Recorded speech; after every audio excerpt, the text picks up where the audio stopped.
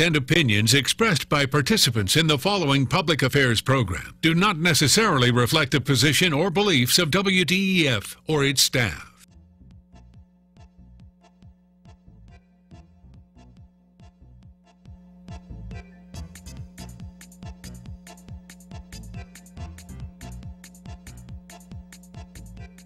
This is Point of View, celebrating a world record-breaking 62 years of quality public affairs programs from the studios of WDEF News 12, Chattanooga. Very pleasant good morning to each of you. I'm Booker T. Scruggs, sitting in for Maurice Lewis, and this is Point of View.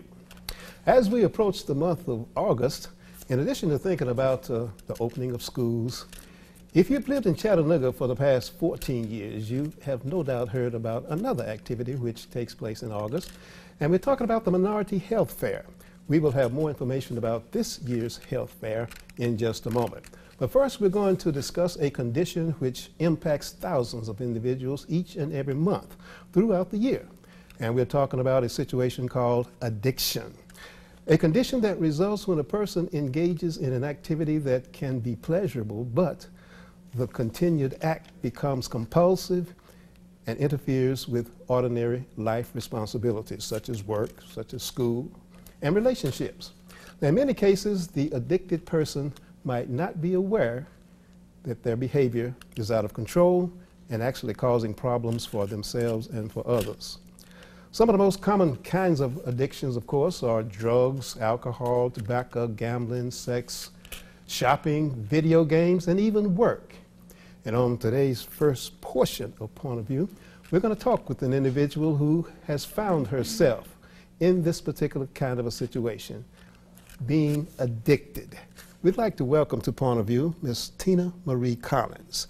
Tina Marie, we certainly do appreciate your coming on to talk about your life, to talk about your situation as it relates to some conditions that you found yourself in and you are presently working through, and now presently designating yourself as a recovering addict. Is that correct? That is correct. Recovering addicts is an everyday struggle.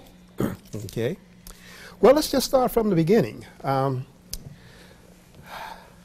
What actually started you on a path toward your drug addiction? Well, it all started when I was younger. I had lived a sheltered life. The rebellion had started kicking in, and shortly after it did, I had started hanging out with the wrong crowds and such. And I was carrying my first child, unborn child at the time, and a former partner of mine was going through the addiction himself, and I did not know about it. So shortly after I had my first born son, it all started basically with pot and the occasional drinking and just social drinking and such. So you were primarily influenced by the gang that you were hanging around with and your peers and other people in order for you to fit in. Is that correct? Yes, sir. Okay. And I just wanted to experiment and try just to fit in because I felt like I was left out since I lived such a sheltered life. And so your first drug of choice was what? Marijuana. And that escalated to something else, or you just... That escalated to drinking, that escalated to pills of certain types. As you were actually going through all of this, did you find that your friends were now accepting you and you were being... Yeah, I felt that they loved me and, you know, that I was accepted in their crowds and their groups, but I was just primarily accepted into their addictions as well, as they were bringing me down with them. Okay. How old were you at that particular time? I was around 18 when I first primarily started touching meth, which is one of the most drugs that I would... Yeah, all right. And at what point did you find that you really needed help? I found the point when I needed help was when I had lost my 14-month-old son at the age of 18 and a half. If it was not for me going to rehab and the courts and courts assistants and such, I would probably be out on the streets dead. Because the drug had overtaken my life, and I did not know that it had a grasp on me as much as it did, as it was affecting my loved ones around me, and I could tell. And I mean, if it was not for seeking help or reaching out for help or getting help, that I would be in a ditch dead somewhere. Because I mean, I got down to about 69 pounds at that time, and I was practically the walking dead. Was there any support from your parents at this particular time, or did they know? At this particular time, no, they were in shock that I was doing such, but they were supportive about me going to rehab.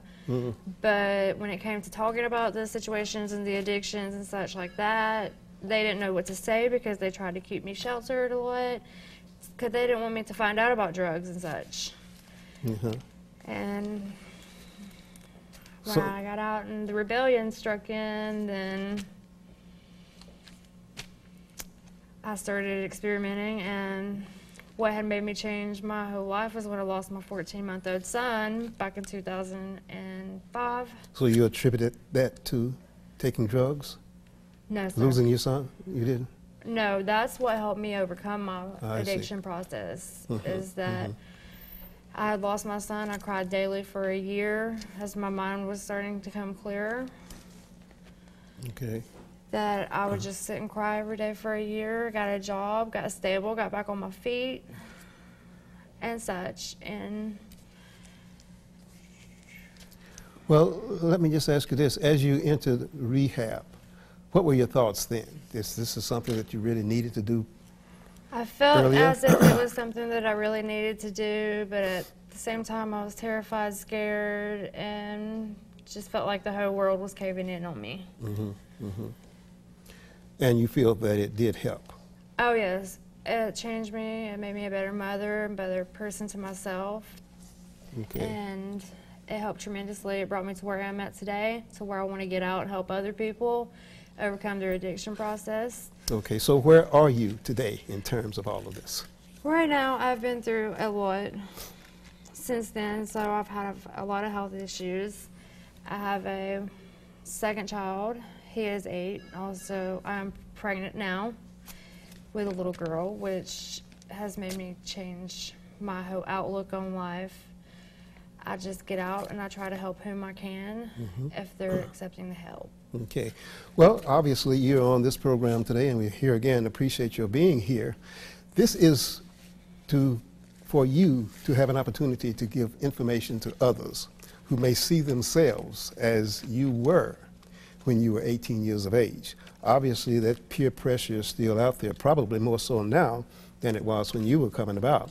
So what is your advice to anybody who is growing up in a world where they feel that they need to be accepted, they need to take drugs, or they need to take anything at all in terms of being accepted by others? I say I wouldn't fall into that crowd. You need to find yourself first and find out who you are, and just don't ever try drugs, not even once, because that one time can turn into a whole lifetime of problems for you and your family and your loved ones and whomever. Like, I haven't seen my son in 14 years due to the meth, or 12 years, I'm sorry, due to the meth fact. And I abided by the courts, the laws, and everything on that. We're going through rehab and did everything I needed to do, and that's what hurt the most. There was still peer pressure after the fact of doing the drugs and getting off them. It was a very long, hard process to the road to recovery. It's an everyday struggle. It's one day at a time. Right. But I suggest if you really want help, you got to want to help yourself, and you want to got to get help and go to these programs, because they really did tremendously help in me. Bottling everything up inside just does nothing but tear you apart. And if it wasn't for my counselors and my friends at the rehabs that I had attended, I probably wouldn't be here today speaking with you. Okay, all right. So what do you say to individuals in terms of their taking that first step to get help? either at a rehab center or to a counselor or to somebody? What do they need to do just to take that first step? It depends on the person and their situation and their overall well-being of how they want to do it. If you feel more comfortable talking with a friend, I suggest you talk with a friend or someone that's been through the programs or a counselor. You don't have to just let it all come out at once. Take your time and slowly, because... Okay. Now, you were addicted to various drugs in addition to meth, right? Correct. Which do you consider to be the most devastating of all of the drugs that you... What were some of the others, by the way? Just marijuana, the occasional pills, and that was basically it back then. Yeah. As I got older, I had relapsed. Relapse does not mean failure. That means you just get up and try again. And ever since then, I would say the most dangerous drug that I've came across now lately is methamphetamine. I'm watching it slowly kill friends, family, society. Where I come from, you could use to let your kids out at night and play and not worry about them getting hit by a car or getting picked up or this or that. Now, if you were to go to some of your friends now that you know are doing meth or any of the kinds of drugs, what do you think will be their reaction to your trying to get them off? I had tried to be a counselor in this particular situation, and it did not work well. They just told me to shut up because they did not want to hear it. That comes back to you gotta want to help yourself before you can get help.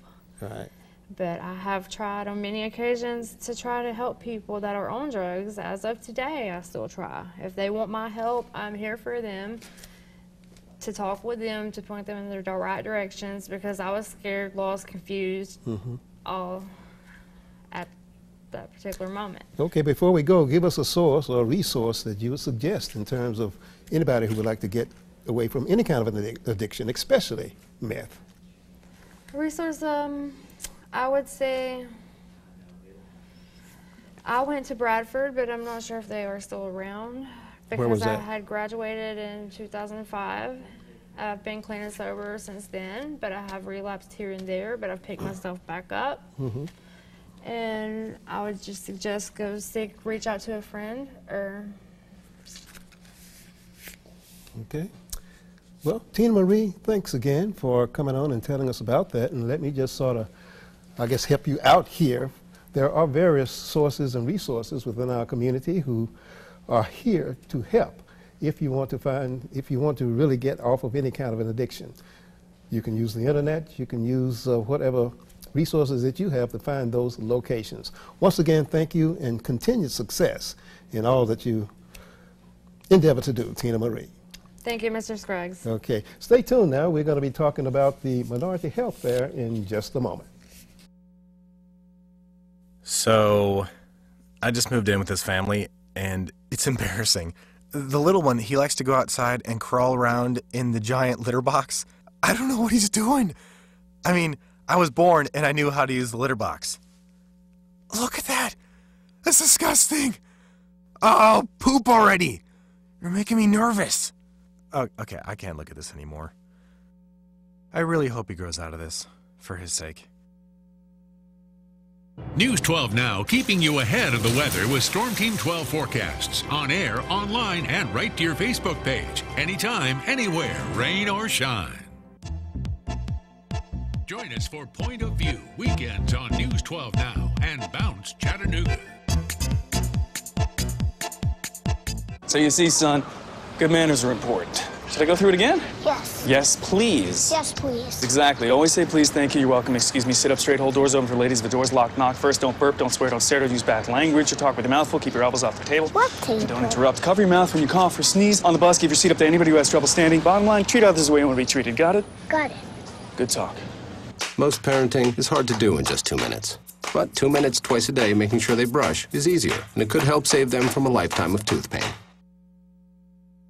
Okay, we're back with you here on Point of View, and once again, our thanks to Ms. Tina Marie Collins on the first portion of Point of View, and here again, we wish her well in her recovery as being a recovering addict. On the second portion, we're going to talk about a concept that has been around for a while. This is the 14th year of the Minority Health Fair. It is entitled Empowering and Educating Minorities to Close the Health Gap. We'd like to first introduce you to Dr. Charles Foreman, who is with the Kappa Alpha Psi fraternity, and also Mr. Bill Ulmer, who is with the Omega Psi Phi fraternity. Gentlemen, welcome to Point of View. Thank you. Okay, empowering minorities to close that gap, and we're talking about the statistical gap, which has traditionally been between African Americans, minority groups, and the majority group in terms of health care.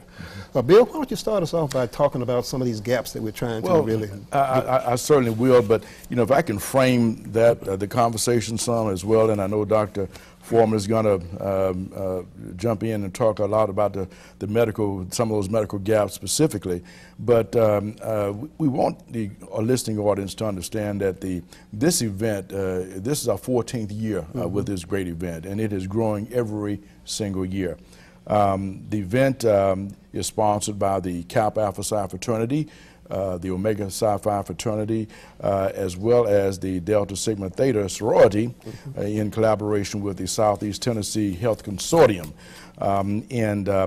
Together we are offering these great screening activities and educational activities, all related to health, so as to address the issue of the ever-widening gap in health with regard to the majority community and the minority community, not only in our county, but throughout the state of Tennessee, the southeastern part of the country, as well as throughout other parts of the country. It is an alarming problem, and we're just trying to do our part to help to address that ever-widening gap. And the theme this year is, of course, empowering and educating minorities to close the health gap, and that's what we're attempting to do, as we did last year and for the remaining the 13 years that we've had this event. So we're happy to be here. Okay, well, let's talk a little bit about exactly the date and the time and the location as to where it's going to be. The date is August the 20th, so it's just around the corner, a few weeks from now. It's going to be at the Eastgate Town Center, and it will be from 9 a.m. to 2 p.m. There are a lot of activities going on besides the health screenings. Lots of educational activities going on. Voter registration is happening. Information about adoptions and parenting. Just a lot of different information. We're also going to be having persons from the police department to work with us to hold a drug take-back program that will be going on at the same time, and persons can be directed there, bring your expired drugs, and you can turn those things in without questions asked in terms of that. These are, we're talking about prescription drugs here, though. So there are a lot of other things, and I can mention some of those other things as we move further in our discussion. Okay. All right, Doctor, why don't you tell us a little bit about here again, the gaps that we're trying to close in terms of statistics. Okay. Even with the Affordable Care Act, there's still a discrepancy between African Americans and whites as far as having insurance coverage. When we look at death rates for African Americans are higher in Hamilton County than they are for whites. They're almost double for diabetes than they are for whites. Death rates for heart disease are 60% higher, for stroke 20% higher. And for when we look at a report in 2008 about African American babies, they're 3 times more likely to die within the first month than whites. And looking at infant mortality for African Americans is higher in Hamilton County than it is in some developing countries such as Panama, Romania, Colombia. And so those are some of the things that we are trying to work against and trying to prevent. Doctor, let me ask you maybe some of the root causes of what you have just indicated. Is it lifestyle? Is it economics? What is it that makes this disparity? Okay. Wow, that's a big question. Okay. I think for us, for the majority of people in the United States and for the majority of African Americans, it's lifestyle. It's smoking, it's drinking, it's obesity, and obesity is a big problem. In fact, in Tennessee, 31% of the people, over 31% of the people are obese. And we have a program with the health fair looking at childhood obesity. And I think one of the worst things that happened in the country in my lifetime was getting rid of PE in high school. And so I would like to see something done about that, and especially since we have a new superintendent coming in for education in the county. Right. Okay. Yeah. And things that also contribute to this gap as well is the economy. I mean, we have such a wide, disparate situation as it has to do with the incomes between African Americans and other minorities and your majority population, and access to providers. The doctor spoke about the healthcare system and how while that exists and there are things that have gotten better, but still there are persons who are left in the void, who are not qualifying, who are not able to access. There is a gap that is produced that still has persons, a significant number of persons. Many of them are minorities, some are not. Some are economically disadvantaged, you know, so you have other races involved as well who are just simply not able to access health care services. So the economy plays a big part in this as well. Right.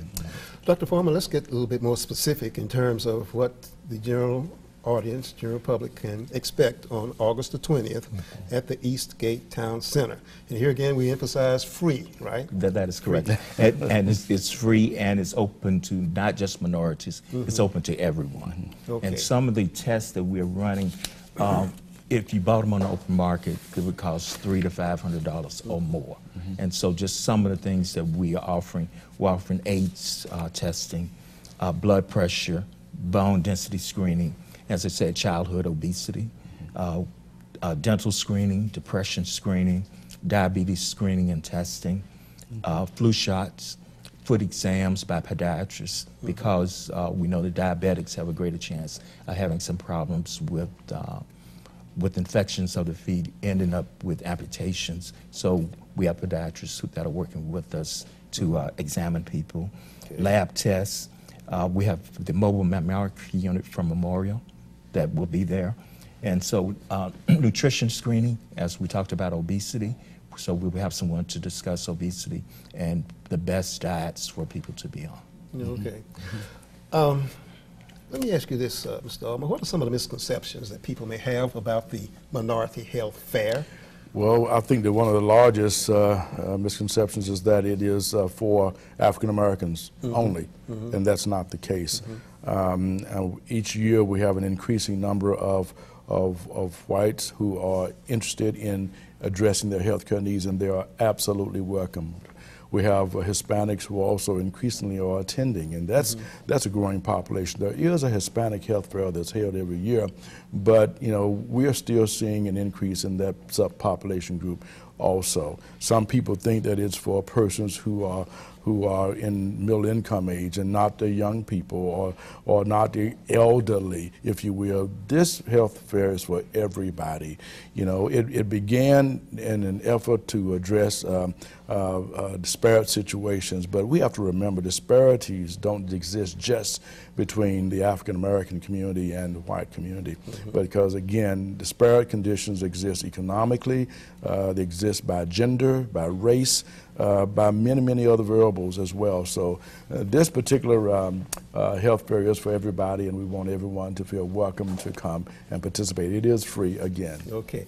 Let me zero in on another word in terms of that Minority Health Fair, and the word is fair. Now, these are real doctors we're talking about coming to. They are, it's not something that is just fair. Yeah. And it's not a fair in terms of an amusement kind of situation. Correct. This is a serious kind of a situation when we're talking about the Minority Health Fair. It's a very serious situation. We have providers, the doctor and many of his colleagues and others representing as many medical disciplines as you can think about are going to be there to deliver free services and to refer persons to resources that might not be represented at the health fair. Now we will have entertainment there. We'll have door prizes there. We'll have things there to keep persons' interest in just being there. It'll be a fun day, but we ask people to come prepared to stay the entire 4 hours, and there will be door prizes for those persons who get as many as 4 or more different health screenings. So they've got to come and participate if they want to take advantage of the drawings for the door prizes and all that. We want you to be involved, and you will benefit from being there, I guarantee you. And now let's talk a little bit about the importance of pre-registration. That's going on as we speak, correctly? Until how long? That will go on until August 13th. And so pre-registration has started. And there are some tests that you have to pre-register for. So for lab tests, for the mammography screening, and for the well woman exam. Okay. So, and you would call into the same number, the 423-778 link. Yeah, and or 778. And link, oftentimes people say, "Well, what is link?"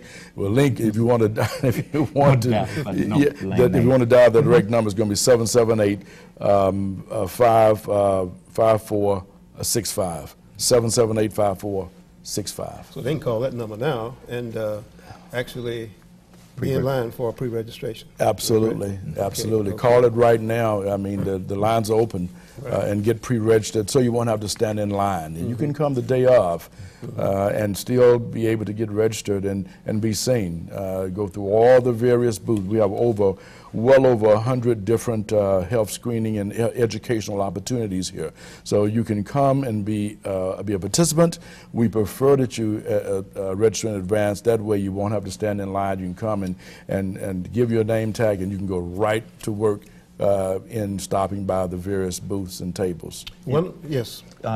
Bill had said earlier that we have different disciplines there. One, we have pharmacists there, so if you have your medications and you're not sure how to take them, we encourage you to bring those in, and your over-the-counter medications, because you might have some interactions between the two. And so we have pharmacists that can go over those things with you. And if you have unused medications at home, and we don't want you to put them into the water system. Yeah. So we would rather for you to bring those in, and we have pharmacists who will be able to take those and dispose of them properly. Okay, finally, and very briefly, confidentiality. Oh, utmost. Absolutely, Doc. So a person doesn't have to worry about everybody else knowing his business or her business once they come out into the health fair. That is correct. Okay. And you will be seeing physicians for those areas that are really confidential, and we make sure that that happens. And we also have a process in place that we've been doing this for so long that we have follow-up. So if you have an abnormal test, we'll have someone to help you and follow up with you after the test. Dr. Charles Foreman. Bill Elmer, thank you very much, and we hope to see you at the Minority Health Fair on August the 20th, Eastgate Town Center, beginning at 9 o'clock. Hope you can join us next week. Maurice Lewis will be back with us next week, and we hope you'll follow us on Facebook. I'm Booker T. Scruggs. Thanks for joining us. Closed captioning provided by the following. Funding for this program is brought to you by Barnett and Company, specializing in tax-efficient strategies for the preservation and distribution of family wealth, offering continuous investment management with a focus on long-term strategies. Areas of service include investment, estate, education, and retirement planning. Barnett and Company, the power of compound returns over time. More information can be found on the web at barnettandcompany.com.